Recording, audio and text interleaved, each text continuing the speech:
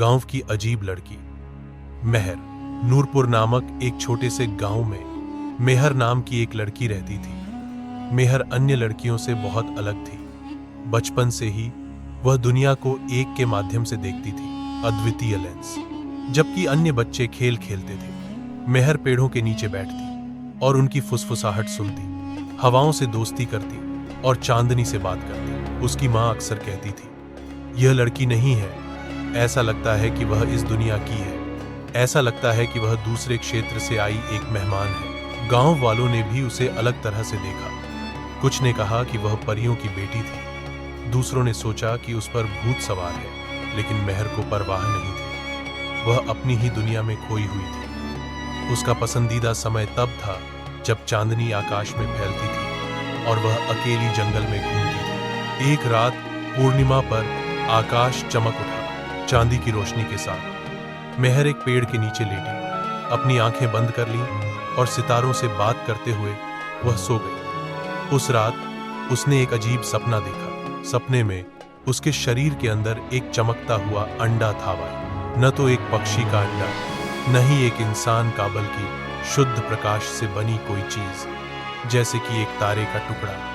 अंडे से प्रकाश चमक रहा था और एक कोमल आवाज ने कहा, तुम एक नए जीवन की मां बनोगी, एक जीवन जो मनुष्यों से अलग, लेकिन प्यार से गहराई से जुड़ा हुआ। अगली सुबह जब मेहर उठी तो उसका दिल तेज धड़क रहा था और उसकी छाती धड़क रही थी। उसके अंदर कुछ अलग महसूस हो रहा था।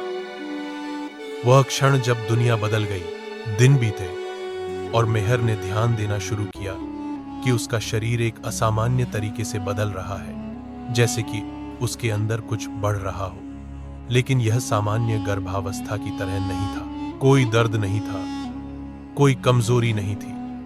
इसके बजाय उसने अंदर से अधिक ऊर्जा महसूस की। एक दिन उसकी मां ने पूछा, क्या तुम कुछ छुपा रही हो? तुम अलग दिखती हो। मेहर चुप रही क्योंकि वह खुद नहीं जानती थी पूर्ण सत्य।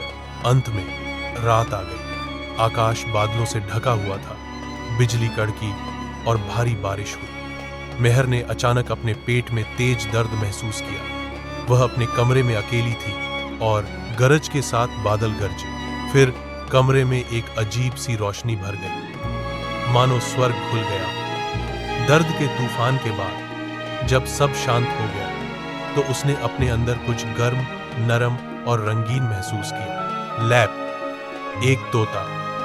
हाँ, उसकी गोद में एक छोटा, लाल और हरा सुंदर तोता था। उसने उसकी ओर पलक झपकाई जैसे वह अभी एक सपने से जागा हो। मेहर ने उसे सदमे में देखा, लेकिन अपने दिल में गहरा संबंध महसूस किया, जैसे कि वह उसका ही एक हिस्सा हो।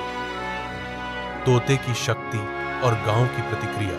अगली सुबह जैसे ही सूरज निकला, मेहर की मां उसके कमरे में दाखिल हुई। वह मेहर की गोद में बैठे एक तोते को देखकर चौंक गई, लेकिन यह एक साधारण तोता नहीं था। उसकी आंखों में एक अजीब सी चमक थी, मानो वह मानवीय भावनाओं को समझता हो। डरते हुए मां ने पूछा, क्या हो रहा है? यह तोता कहां से आया? मेहर ने चुपचाप जवाब दिया, मां, यह आया मुझसे अंदर से। उसकी मां चिल्लाई। जल्द ही पूरा गांव बातें कर रहा था। मेहर ने एक तोते को जन्म दिया। कुछ ने उसे शापित कहा, कुछ ने उसे चुड़ैल कहा और कुछ तो उसके घर के पास भी नहीं जाते थे। बू।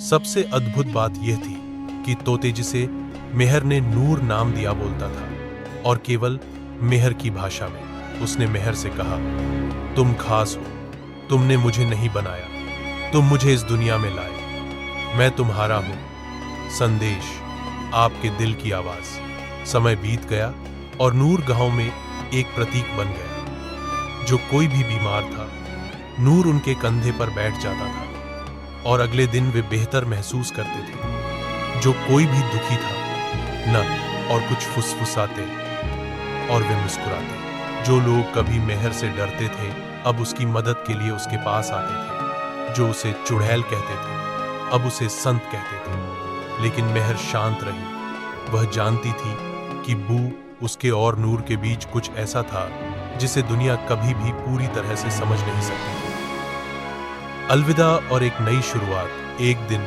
नूर ने मेहर से कहा, मेरा समय निकट है, मुझे लौटना होगा। चौंक कर मेहर ने पूछा, कहाँ? तुम मेरा हिस्सा हो। नूर ने आकाश की ओर इशारा किया और कहा, मैं वह रहस्य हूं जो आया था तुम्हारे सत्य को उजागर करने के लिए। अब तुम स्वयं प्रकाश हो, मुझे प्रकाश में लौटना होगा। उस रात चांद पूरा था और आकाश साफ था। मेहर ने नूर को अपने कंधे पर लिया, उस पेड़ के पास जहां उसने अपने बचपन का सपना देखा।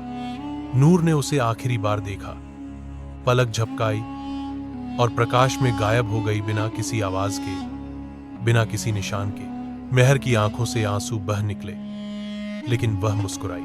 उसके बाद मेहर गांव में रही, लेकिन वह अब शांत नहीं थी।